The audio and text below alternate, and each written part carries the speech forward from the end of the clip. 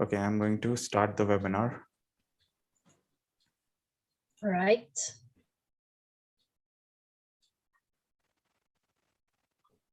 Okay, so we have, 3 attendees right now. All right, we will wait a few more minutes, then we can just kick off. All right. Yeah. All right, let's start.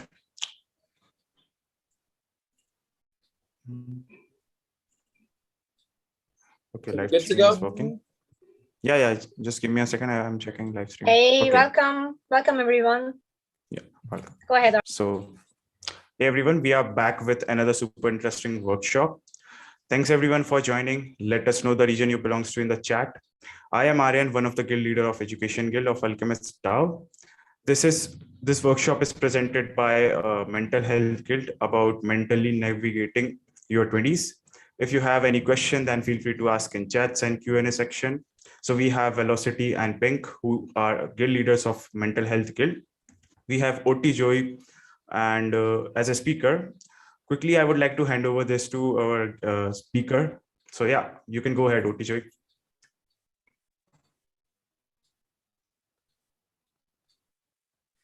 Okay, different timeline. So I guess I'll use good day. So in case anytime like that meets you. And my name is Otobasi Basi.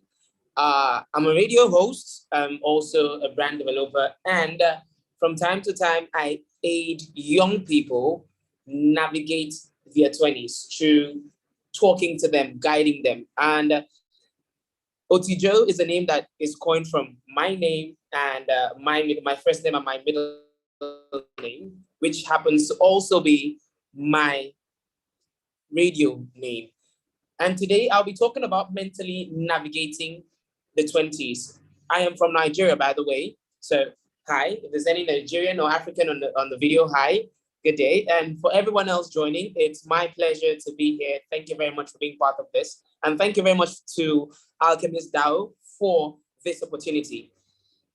Now, when it comes to mentally navigating the 20s, it's, to some people, it's the timeline where you get to be yourself or try to find yourself. And it's quite tricky for most people. For most people, it's very, very tricky. And it takes one thing, understanding adolescence, the formative years. Now, it's always a bit too much to catch up on when you're 10 to 19. Using Africa and Nigeria as a prevalence number, within the age of 10 to 15, 16, in other countries, most countries in Europe, the US, would have the ages where kids have already decided what they want to be. They've already planned out a path for them. But it tends to be different in other regions. If I'm paying attention to my region for a few, you get to see that ages from 19 to 30 are ages where you're struggling to decide, what do I even want to be? Meaning choice of school, what do you want to read in school? Or are you going to use what you're doing in school to push forward? Now, it becomes a very strong factor for people. And it's something that I really want to share with people how to get past it. 20s, yeah, very tricky. And it's the age of self-realization. You know, when you're 15 and everything goes for you, you have mommy and daddy technically fending for you and everything. And then you reach an age whereby you need to stand on your own. You need to decide. And then a phase comes in. That phase where you're thinking, what do I have to do with my life? What do I have to do? Do I have to go to school? Do I have to learn a trade? Do I have to learn a skill? How do I combine learning a skill and pleasing my parents? How do I combine whatever I have to do? And I know this might not apply in most regions, but also it is one of the things, the phase of self-realization is one of the things that brings mental drain to teenagers. So you're stuck with trying to realize what you want in life. And it's basically a phase of you trying to even, in most climes, realize what your sexuality is, realize what your likes are. TJ, sorry to interrupt you, but we are not able to see your slide. Can you just open the slide? Yeah. Yeah. I shared the link. Shared the link of the slide. All right. You can continue. I'll share the. I shared the link, so if you can access it on your end, then help share it. Okay. Good. Okay, so I technically I'm on the third slide, which reads self-realization, a phase, then limbo. So what follows next? Now, if you understand what limbo is, it's a state of confusion where you're stuck in between going forward or going back. You're just there. You have so many things clogged in your head, and you're trying to proceed, but you're stuck. It's more like sitting on the fence. Now, the adolescence age is where you're in a phase, and most people in most climes call it the wild phase, where you get to decide: do I want to try out clubbing? Do I want to start drinking alcohol? Is it worth it? Do I want to start doing some certain things that are not to be done? It's a phase where peer pressure really gets to you as to behavioral attitude. It's a phase where you start thinking, okay, is this behavior really what I want to do? Because should I tint my hair? And then you get to a phase whereby you've done these things. And then you're confused, like you're not really getting there. You're not achieving what you're supposed to or what you're looking out for. You're not getting that self-awareness from what you're doing. It's a tricky part of the 20s. Like I said, most clients,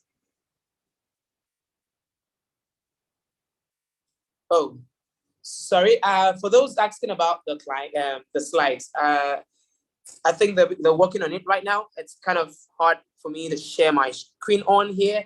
I've been trying to, but I know it's real gained what we're working on. But let me still try again. Let me try and see if I can do that right now.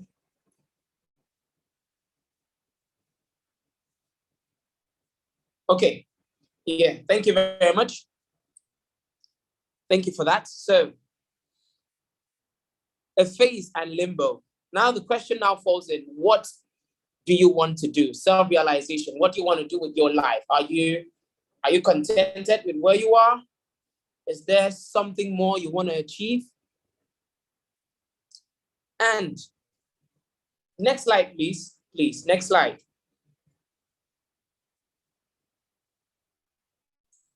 Setting up for greatness. Now, I advise people when they reach this phase that it's normal, it's natural. It's a phase where you have to try out new things. You have to decide, okay, what do I want to do? Do I want to go into music? Do I want to start a business? Do I want to start a trade? Do I want to learn a skill? Now, first off, you need to be very, very decisive about it. You need to tell yourself, okay, I really want to do this. This is what I want to do. Setting up for greatness. Now, I'll share a story of myself. I've been in radio for 6 years as a radio host. And within that period, I had this pressing pressure of what do I want to do? Combining radio and being a student, engineering, two different fields. One would think I'm in communication arts, but meanwhile, I am handling radio too and doing engineering. Yeah, for a person that said I'm in my early 30s, it's actually okay, yes, because it applies to those in 30s too. So I told myself, what do I want to do? Do I start a business? And what did I do? It got me thinking, and it got me almost, pardon my words, messed up, because you're thinking, I want a long-term journey in radio, and then you see other people that are there, and you understand that the long-term journey might not sustain, because what if at a point you lose your voice? Which is a key selling factor to someone who is on radio. What if at a point you lose your voice? What do you do? So the quick thought that came to my head was set up. I had people as of then hitting me up. Majority of them were music arts. And so they had the deficiency of promoting and marketing their content. So I was their go-to person. And I thought to myself, why not set up something that helps them and take it out? And over the years, I have built that. And it can be draining, like I said, but setting up for greatness is something that you need to understand. How do you start building? Connect, build the right connections.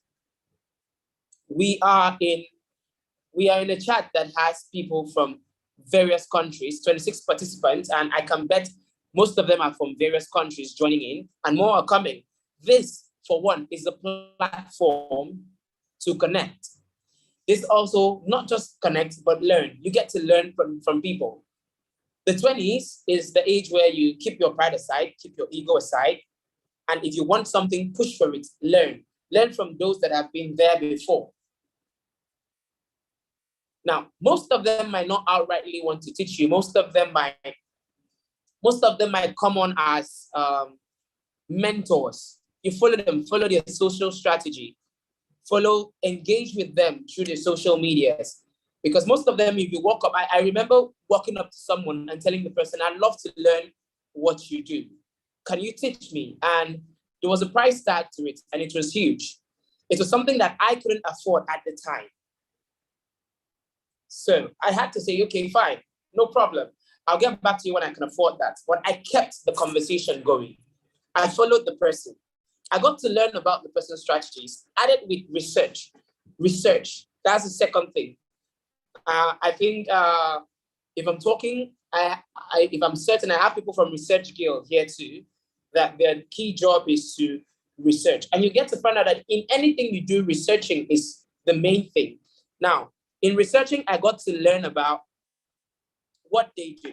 I got to know that it comes with understanding your market. I got to understand that setting up for greatness is about finding a problem and being a solution for the problem. It's something most people in their 20s don't understand. So most people want to go into something and they want to go into what is trending because everybody's doing it. Because my friend is dancing and making videos on TikTok and having audience doesn't mean I have to join. If I don't have the right content to promote, if my friend on TikTok is making videos and achieving viewers, it doesn't mean I have to join if I don't have the right content. If you understand what I mean, it means I have to find where I know my strength is. Okay, so let's say a person is dancing, or let's say we use a covalent Alchemist, the platform on Discord, as more like an example. We have the mental guild, we have the health, we have the fitness, we have the research, we have the education. So because my friend is in education, and I know I'm not one person that can articulate and talk to people, but because my friend is there, I run to education. It doesn't make sense. But if I know I'm one person that I can research, I'm good with writing, I know how to pinpoint certain key factors of certain research topics, I might find a stronger niche in research. And I know that I would be a solution to a problem that someone in education has. If I'm someone that understands how to talk to people and appeal to people to buy a product marketing, then I would make so much sense being in the marketing guild. Now, if I'm one person that I have this outlook on lifestyle and physical fitness, I would be in the fitness guild. If I understand how to set people right mentally by telling them what to do, not technically telling them what to do, but painting a perfect picture of how they should go about. And then I'm setting up for greatness. So to set up for greatness, one needs to understand that what you have to do is first find the niche, be a solution to a problem. And you understand that with that, you would start the journey of properly navigating your 20s to know what you want in the long run, because it's not about the short-term wins. I tell people, it is not about the short-term wins, but it is the long run. Posterity, what do you leave for people that come afterwards? We've seen major buyouts in the tech industry, where we've seen tech companies that people started earlier and decided not to sell. We've seen the value worth of what they are this year. And with technically everything trying to diverse into the blockchain, we've seen that these tech companies have tripled or doubled what they were worth over the past 3 years. Now imagine if the owners bent to the pressure of short-term wins, of I make a company, I have the name today, and I sell it off to start something new. Where would they be? What would have been the guarantee that what they started, the new thing they started, would actually hit as this is? Now, that is a question we need to ask ourselves. Are you focused on the long term or you want the short term? Now, like I said, we can't force you. I can't force you to do what you want, but it's more about what you want. So you have to ask yourself that question. What do I want? Do I need short term or long term? And once you answer that question, you get to understand that, yes, it is all about you. And it is something that you can achieve if you set your mind to. Next slide, please. Thank you very much. Can we have next slide? Now, the next slide technically ends at mentally navigating your 20s. Now, I'll give some pointers. 1, clarify what you need to be. Setting priorities. What do you want to be? I gave you downlines of deciding, okay, do I want to, if you want to go into music, fine, you can. Follow people that are into it, learn about it. You want to go into tech, development, front end, back end, fine, you can. You start in your late teen into your 20s. So while other people are out partying, I'm not saying don't party, you can. You can, trust me. I know majority of people that are making it big in various industries, I know most of them to be people that enjoy parties, but they understand how to set priorities. They know that their priority is not partying, is working to achieve so that when they party, they know they can rest easy, knowing that what they want is working for them. Now, daily we meet several opportunities. Daily, we meet new things, new trends. People come out with new trends, and we know these trends can actually put you at a point where you can make something out of it. So yes, most times you might be swayed by what one person made. You get up and you see the news that this person made 3,000 or 100,000 US dollars selling something off eBay or selling an NFT, and you think that is your niche, and you try it out. And unluckily for you, you don't achieve the same fit. It drains you mentally. You might get to ask yourself what that person is doing that you're not doing well.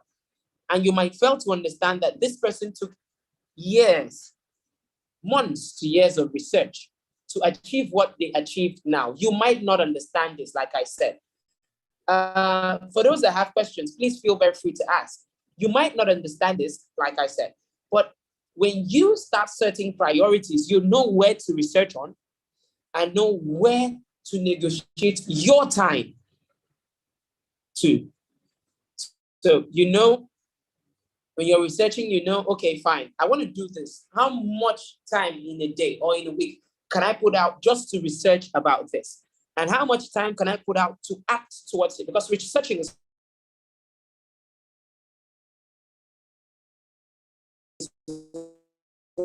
one thing. Data remains data if not used properly. Information. Data is just statistics, German statistics. Now, how well you use it is what makes people informed about the data you have. So research gives you data. The action is now what gives you, solidifies that data you have, that, okay, it actually works, which makes you informed about the process. Now, once you're done with that and clarifying the priorities in your life, because you need to set your standards, have priorities, know what you want to do, at what point you want to do it. You need to, 1, learn principles. Every single thing you're going into has principles.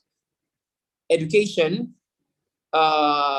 entertainment, leisure, health. They have principles. Learning these principles and sticking by it. You don't go into an industry or a sector and not understand the principles of it. It's just like going into blockchain. You're coming into the blockchain sector, you're coming into the metaverse, and you don't understand the concept of blockchain. You don't understand the concept of decentralized finance. You don't understand certain concept of data marketing. Then you need to rethink. But if you understand these concepts are principles of this. This particular industry. So you'd understand how to navigate through it. It helps you navigate through it mentally. Now, toxic relationships. This is one thing people shy away from. People shy away from toxic relationships. Like, they shy away from letting go. You know this thing is not good for your health. I've seen a whole lot of people, from techies to music arts, fail because of toxic relationships. It doesn't have to be with people. Habits are relationships. People are in relationships with certain habits. So I've seen people that they're very good at what they do, but most of them, they have a drug habit. So this drug habit takes more of their time, that they start losing focus as to the work on ground. So you know that technically this person can afford to do this job in under 5 minutes. But because of a drug habit, they lose chunk of time. And a job that's supposed to be done in 5 minutes is done in 2 weeks. And it kills their potency to work. It limits them, because if I know you have a drug habit and I know if I give you a job, I expect this job to be done in hours, you might not be able to deliver because of this drug habit on the side. I might choose not to work with you. Consistency is key. And so you need to learn to let go of these toxic relationships. It might be, I was just using drugs as an example. It might be drugs. It might be people in your life that keep drawing you back. You're learning this thing and they keep telling you, you can't do this, or try this one. Yeah, it's nice to learn. It's nice to take advice. But when you see it's toxic, you need to cut it off. Because like I said, priority, know yourself. And also treasure healthy relationships. Like I said, making mentors in fields you want to learn from is key. Now, those are the healthy relationships you keep. You learn from them step by step. Most things I know now personally, I got to learn from people, not by sitting down in classes with them, but by learning from their principles, what they do, how they do business. And I told someone something. It's as easy as it is for me to stay 3 hours sustained on radio and talk about certain topics without having to flip through research materials. One, because it took me years to learn these things, understand them, and learn from these mentors. And over the course of the year, I've actually got opportunities to sit down with these mentors, most of them in meetings like this, and some other in one-on-one meetings, where I get to learn that I might not be close to where they are 100%, but they respect me for the fact that they know I did all I did through learning on my own. And that is one thing. Now, once you let go of these toxic relationships and embrace the new ones, you get to understand that the only competition you have is you. You have to always forge to be better than you, not the next person. No. If you put yourself in competition with the next person, you allow depression get to you. Because you don't know how long the person has put into learning. Now, when you follow how long this person has put into learning, just then you might understand. But most people don't share how long they've put into learning. So if you follow them and you think, okay, I just started today and I need to be like this person the next day, it doesn't work. Try to be like you, baby steps. So today you can say A. Because the other person is saying Z doesn't mean you need to jump to C. So learn to say B and be confident when you're saying the B. So that when you learn to say C, you can be confident and you get to understand that over time you own the trade. You own whatever it is you're stepping into. And depression wouldn't be a fear for you because one, you're trying to be better than yourself. So you would see results every single day with the amount of time you put in bettering yourself. Now, become a boss at saying no. You need to learn when to say no. Now, reason is, when people see you're learning, people will come to you. It's a normal thing. When people see you're learning, people will come to you to try and beat down on the value you've created to yourself. And value is everything. In a job these days, people ask you, if you're going for certain interviews, they ask you, what value are you bringing? Now, if you can't learn to value yourself by knowing when to say no when you're devalued, then why are you doing what you're doing? You might see something very juicy. It's a great opportunity for you, but you need to learn how to say no. Tell someone, no, I'm not doing it. Yes, it's a nice opportunity. I love to use artists for an example. Now, you see, an artist takes most of his time to write music, compose it, produce, record, put it out there. And people come and invite this artist for a concert. And then they tell this artist, okay, so you're good. I want to give you a platform to showcase your talent. Meanwhile, this artist over time has built a catalog that is strong enough to gain this artist upfront payment for performance. And you're telling this artist you want to give them a platform. Now, as a quick artist, I might ask you, what's the platform you're giving me? Which is value. What value is me being on your stage giving me? Majority of people that will come to your conference or your concert will come to see me because they are my fans. I'm giving you value. You're selling tickets to these fans, which are mine. They love my music. That's why they're coming. So who is giving who the platform?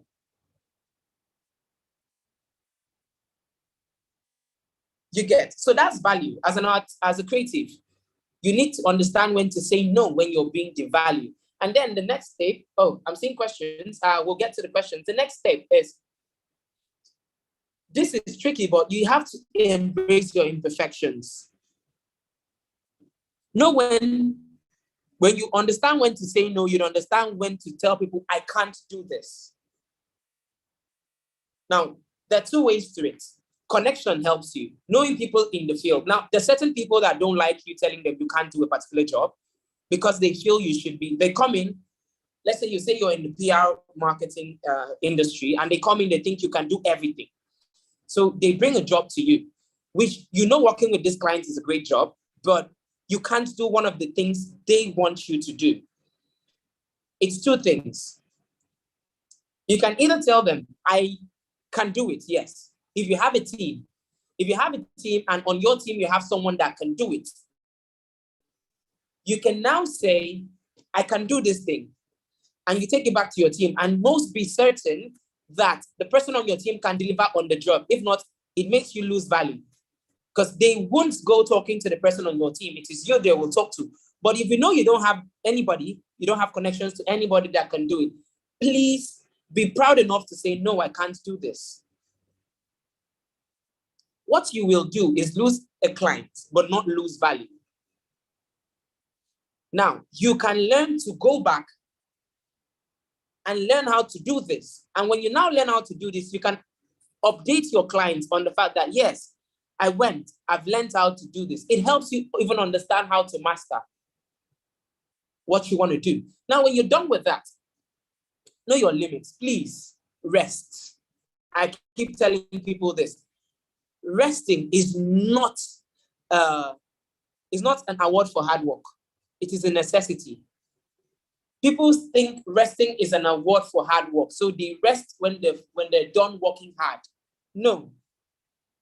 You need to factor out time to rest because most people that get into depression is not because of anything. It's because of overload of thoughts. You work so hard that you have so many thoughts clogged in your head and you forget to rest. Now, like I said, you have too much data. You have mental drain, so you can't process this data to make sense of it, which now turns into information. It dulls your creative process and you don't see growth because you're not resting. But if you get to rest, you'd understand that after a very good rest, there's this, for those of us that are movie people, yesterday we had a movie watch session, which was fun, by the way, thanks to the organizers. Now, if you're a movie person, there's this particular movie that's out, I think it's Red Notice, when there's a scene where the Rock asked the other guy of his plans, and the guy said, I plan better when I rest. So let me have We will get to it in the morning.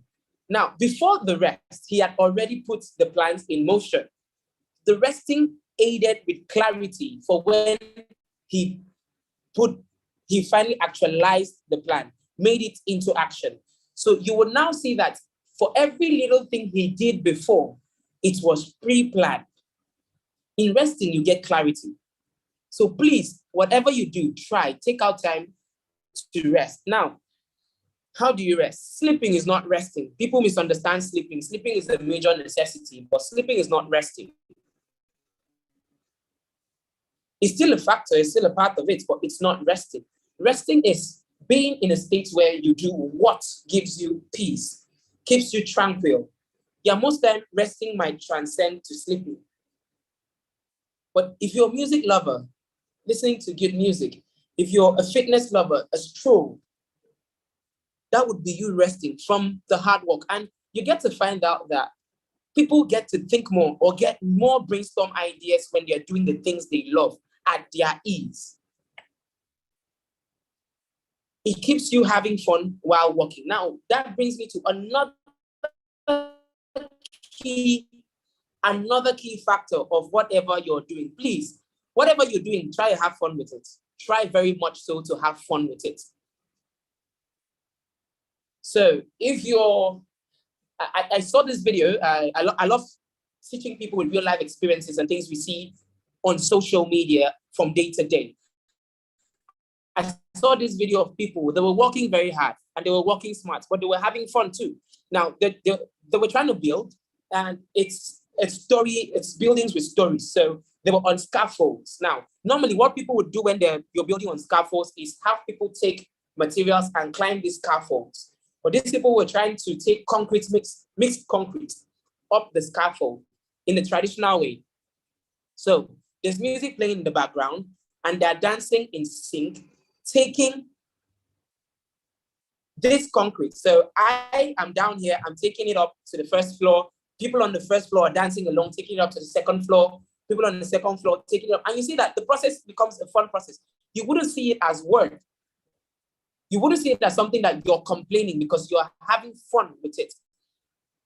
It's always better having, that is why in recent times, for those in Africa, we found out that the most thriving businesses in Africa are businesses that are taken from first world country. It's more that like taking first world country innovations to third world country. And it strives better because what does it do? It brings leisure to the hard work people do there every day. So the whole concept of Uber coming into Africa was a major hit. The whole concept of getting food from the confidence of your home was a major hit because it showed people that you don't always have to kill yourself. From time to time, you need to take time out and have some leisure. So understanding that, for one, in this climb, would let you know that hard work is not everything. Smart work is it. So have fun while working smart. That's why you go to tech, majority of tech companies, they have what they call leisure rooms. In meetings with tech companies in this region, I get to go there, I get to see leisure rooms whereby when you feel you're drained, you just go there, you have games, you have toys for kids, but you see older people relax and wind down with it. You have cartoons showing for those that love cartoons. For anime lovers like myself, 30 minutes of anime in a day keeps your mind active. You're working and you're thinking, what next is going to happen on that anime when I go back to watch it? And it gives you creative ideas for whatever you're doing. Yes, you pick off from it. So having fun while working is everything. That's why I said most tech people are the party people because they spend so much time working and they understand when to pay value to their fun time. So when they have fun, they go all out. Now, another thing we need to work with is exercising.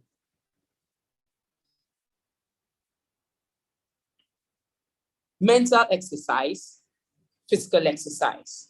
How do you exercise mentally? Learning new things. Read a book. Pick a novel. Pick a tech book. You're not into tech, fine, but just pick it up. Learn more about it.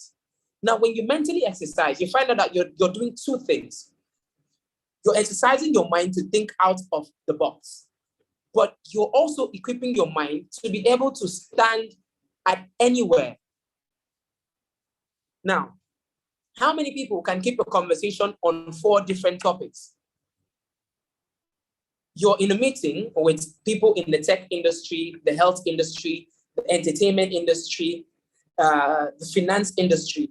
How many people can confidently have 30 to 1 hour conversations with people in these industries using their own dictions, their own vocabularies with them? Most people don't exercise their mind, hence they don't have it. But once you read wide, you get to learn. You'd understand that you build not just your dictions, not just your vocabulary, but you build confidence in yourself that when you talk to someone, they'll know that even though you're not a professional in that field, you know at least 40 to 50% of it. I see people are tired already, but I'll try to round it off because of time. And but lastly, let me not use it as lastly. I love to say this, always know when to ask for help. Please. We live in statistics of suicide worldwide has risen in recent times because people don't know when to ask for help. People stomach too much on their own because they think it is strength. No, because you take so much burden on your own, it doesn't show that you're strong. Being strong is when you are able to know your fault and admit to your fault, know your weaknesses and admit to your weaknesses. I'll take Eminem for an example. For those of you that are music lovers, Eminem came in as a white, scared kid in the rap industry. People used to pick on him, so he understood how to stand straight. So Eminem produced diss tracks about himself, his family, to a point that there was nothing you were going to sing about Eminem's family or himself that would get to him. I mean, I dissed myself already, so what else? One of the highlights of his career was when he did, I am whatever you say I am. If I wasn't, then why would I say I am? He understood that in admitting his weaknesses was his strength. Until today, Eminem is one of the most feared hip-hop artists in the world. People going into rap battles will tell you, don't go with Eminem. I mean, if we check the industry, we see his conflict with MGK or thereabout. We see how that ended. Now, understanding this, it will make you understand when to ask for help. It's not that much, like, having a therapist is a very good investment. If you're not comfortable talking to people around you, people you know, you can find one. Now, it helps you keep that mental balance of not having to think too much. Most people go into depression because of not having who they talk to. It's not like it's going to solve your problem, but most of them just want to get their problems off their chest, vent. Most of them have ideas locked in their head. But what is limiting them is venting your problems first. And in venting, you think wide to understand solutions to your own problems. So ask for help. Understand when to ask for help. I think at this point, I would love to go into the questions for those that have questions before we talk much on this topic. For those that have questions, if you have, attend to when approaching your mentor or people you admire in your field of interest, how do you go about the introduction? Now, humility is everything. So when I said keep aside your pride, you need to keep it aside. Now go into, hey, hi, hello, good afternoon. I know I am taking a bit of your time. Let's take this as an introduction message. I know I am taking a bit of your time, but I have followed your person for a while now, and I have much interest in what it is that you do. And I must say you're doing a great job, and I would love to one day have the opportunity to learn from you. Now, tell me you say that to anybody, and they are not touched to want to help you or want to listen to you. What did you just do? You introduce yourself, and then you let them know that you value their time. So you let them understand that them seeing your message and even deciding to read it is a big deal for you. And then you acknowledge the hard work that they have done in the industry you're going for. And you understand that it helps you gain their one, audience, two, in the long run, trust, because of them to show them that on your own, you've learned to understand certain things about your field. So they put up a post about certain things. Converse, but constructively. Don't play the fanboy. Fanboys don't really go far.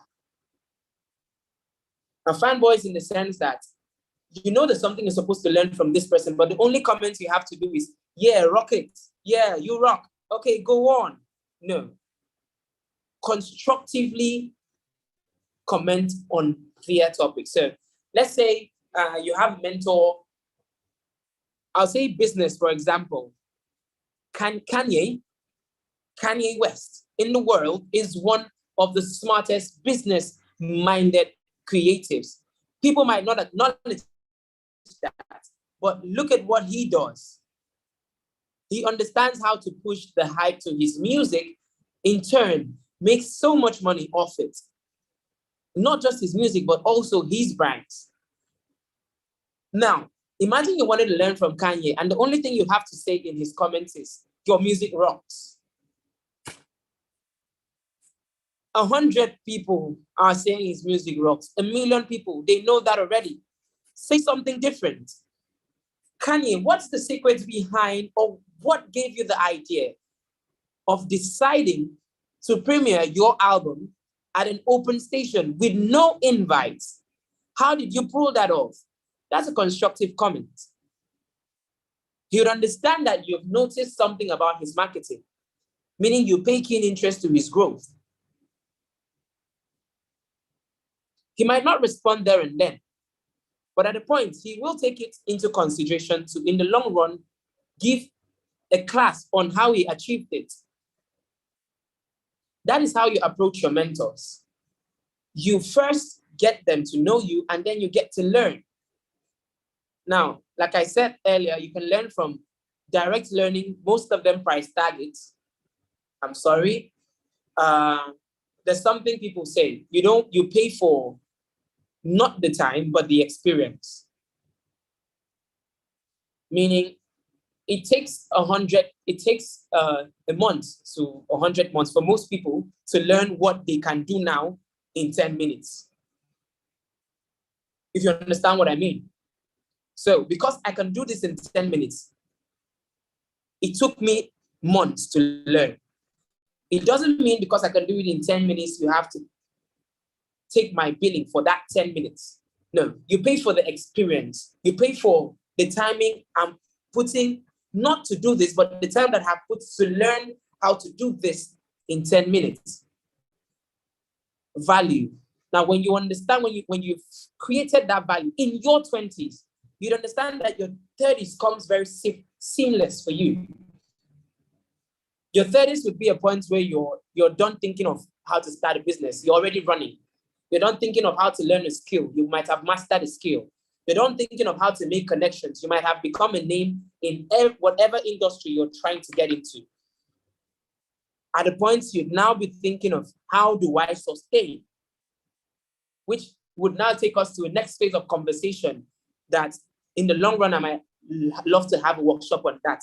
Sustaining after your 20s. At that point, you've built businesses. At that point, you've decided with your life. At that point, you've started a family. At that point, sustaining your businesses. Sustaining your businesses plus your mental health. Because truthfully, if you have people working for you, they will drive you crazy. I'm sorry, I have to say this. You don't always expect it to be rosy. People will drive you crazy. Reason is this, you have a set timeline. People have their problems. We understand. That's why when you're working, you set the timeline. Can we achieve this? And they will boldly tell you, yes, we can. And individually, their problems come in because they don't understand how to manage time. And it kills the timeline of what you have to do. and you're not achieving what you want to achieve, you start having mental drain. So imagine having to have mental drains and having to work with people. Most times you flip, which doesn't tell good on your person, because it is never a good thing, no matter what you're doing. Whoever works for you has value, and you need to understand how to talk to them, because them working for you, they are adding value to you, as same as you're adding value to them. They're humans. That is why most companies pay more attention to HR management, that's human management, than any other thing, because my worker has to be happy. My worker has to be healthy mentally. Hence, sustaining past your 20s. You can achieve so much in your 20s. People have become millionaires in their 20s, but sustaining past that 20s is now another conversation that we would have in the long run. So please, for everyone out there, like I said, have fun while working. Take time out to please. Take time out to please rest. It is not a reward for hard work. It is much needed. Because whatever you're doing today, if you're hospitalized or immobilized and you can't work, someone else will be there to replace you. That is the trick people will not tell you. That's the trick employees won't tell you. If you leave today, there are 1,001 people waiting for that job. Most of them not as qualified as you are, but they will still make do with those people because they need their hands on at that point in time. So please take time out to rest before you fall doing people's job. And even if it's your job, even if it's something you started, you need to rest still. I mean, what are you working for? Sustaining a legacy. But you don't have to die before your legacy comes to pass. Please rest. And also, like I said, have fun. Try out new things. A friend would say, I have a plan to fill my passport up. And he kept saying, I don't know where the money will come. But most definitely, it's something I must have to do, even if it starts small. And yes, I think this year that friend started the journey. It's quite small, but he is doing it. He started first off with African countries that are closer to him. It still counts. He might not have enough to go that far, but it's still something. It gives him that fulfillment that anytime he sits down to work, he knows, okay, I have one thing on my bucket list currently running. So when he runs, he rests and knows that he would have to take a vacation. So please, in all you do, have fun and try to rest. For questions, I think we're up for it for Q&A. Yeah. Okay, someone asked, I understand that all things have detriments. What could possibly be the demerits of long-term? Now, long-term is this. It's tricky. Long-term is more like an investment. What are the demerits? Short-term wins are everything, but long-term is about sustenance. The demerits of long-term is you might go and economic factor of wherever you are might not favor you, or some certain factors, health factors on your path, but there is no how you structure it well that it wouldn't work out. And that is long-term. Structures is what builds long-term. Short-term is more on ideas, quick ideas and implementation. So I have a quick idea, I implement it, and I have a short-term win. But on a long-term scale, you have to build with, I saw a conversation here. I just saw something here that said 70% long-term investment, but still try short-term with 30% of assets. Nice opinion. Very nice opinion. If you're risking on a short-term base, it has to be on a minimal. If you're risking on a long-term, it means you've done your research to see that this long-term is something that you can factor into. This long-term investment has to be a solution to a problem that is not a short-term problem, but a long-term problem. Let's say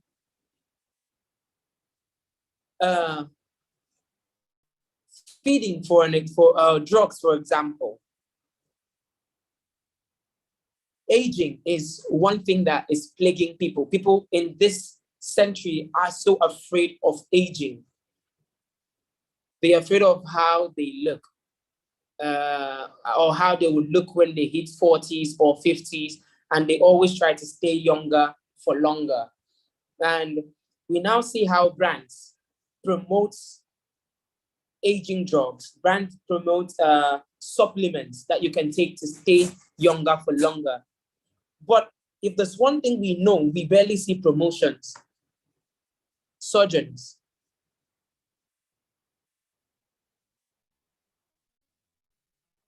When last did you stumble on a surgeon doing a promotion?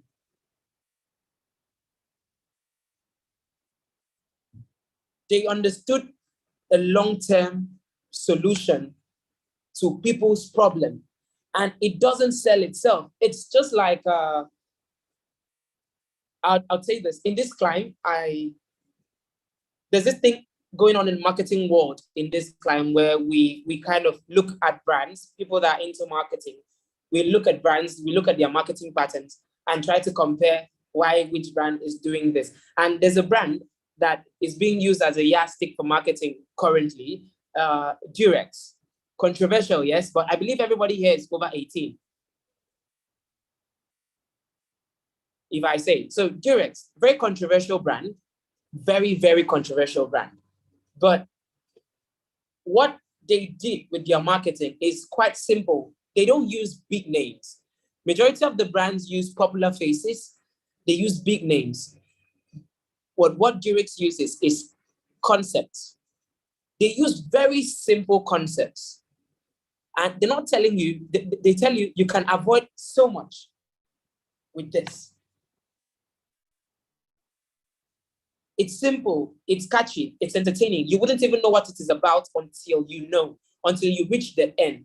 But one of their most recent campaigns starts with a kid turning a house upside down, getting the wall with paints, and it ends with the kid dancing and them telling you, you can avoid all this. They tell you, choose wisely. Use Durex. Simple marketing. It is eye-catchy. It gets people laughing. But what does that do? It drives home the fact that currently, if anybody wants to talk about a contraceptive format, the first thing that will come to mind is Durex. People take the whole concept of condoms and give it a general name, which is Durex. They've forgotten the fact that Durex is actually just one brand. So understanding this is one of the ways, understanding this simple marketing hacks is one of the ways that will help you in the long term find a problem that will be prevalent for long and be the solution to that problem. Structure a business that will be a solution to that problem. Time is not a friend. So I think we've exhausted the question we had, and I really hope, Moses Essien, I hope that I've answered your question. You can still hit me up on Discord at OTJO. That's the handle you see on the Discord group. And for any more, we'll continue the conversations there. Thank you very much for joining in. I would have to hand over again to Velocity, Pink Panther, and the other alchemists handling the team. So thank you very much for having me today. Yeah, thank you very much, Otijo. It was truly wonderful to hear, and I'm looking forward to watching and listening to your other workshops from now on, and maybe podcasts as we have discussed. So I really thank you, everyone, to join this workshop and listen OTG. And okay, I'm handing over to Ariane and Velocity. Thanks. I just have to say that I really enjoyed this workshop, and we're looking forward to your future workshops. And it was great. We're all excited. It was a pleasure to listen to you. And thank you everybody for coming. All the best. Thank you. We're looking forward to having more of this. All right. Thank you so much. And Otijo, you are really a great speaker. This is what I feel, honestly. And I love the pause you take in after your sentence completion. So yeah, thank you, everyone. Thank you, Velocity and Ping, for being here to support us. Thanks. And yeah, you can find the recording of this workshop on YouTube. So yeah, let's catch up later. Bye, everyone. Good night. Bye.